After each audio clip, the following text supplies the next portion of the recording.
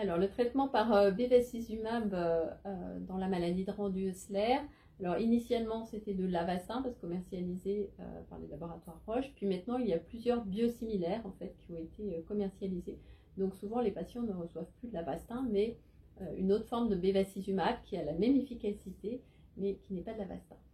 Donc le traitement par bevacizumab a été développé depuis 2009, date à laquelle on a fait une première étude chez les patients qui avaient une maladie de Rendu-Osler avec une atteinte hépatique sévère responsable d'un retentissement cardiaque. Et depuis cette date, donc cette étude a montré que le bevacizumab permettait d'améliorer les patients et que ce traitement avait un intérêt dans la maladie de Rendu-Osler.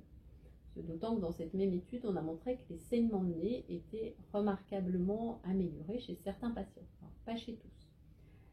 Les indications de bevacizumab aujourd'hui en 2022 concernent toujours donc les patients qui ont des atteintes hépatiques très sévères avec un retentissement cardiaque et qui sont en attente de greffe ou qui ne sont pas éligibles pour la greffe tout de suite ou qui ont dépassé l'âge de la greffe parce qu'après 70 ans, la greffe de foie ne peut plus être réalisée. Dans tous les cas, cette indication doit vraiment être discutée en réunion de concertation pluridisciplinaire.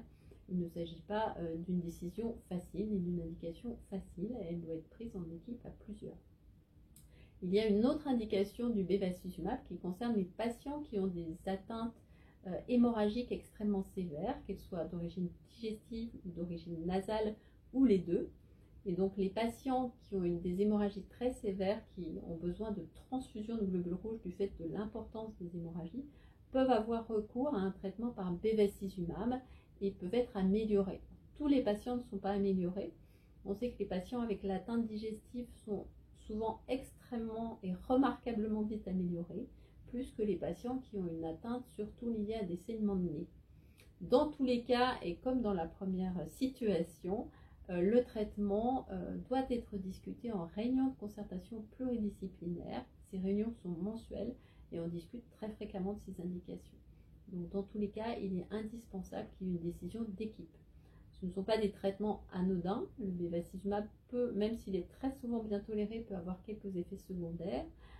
Il peut y avoir des hypertensions artérielles qui peuvent être déclenchées par le traitement dans à peu près 15 à 20% des cas. Il peut y avoir à plus long terme d'autres effets secondaires comme des douleurs articulaires, une fatigue, des maux de tête. Voilà, donc ce traitement n'est pas anodin et on ne peut pas le donner à toute personne qui a une maladie de Rendu-Osler s'il n'y a pas des conséquences importantes de la maladie.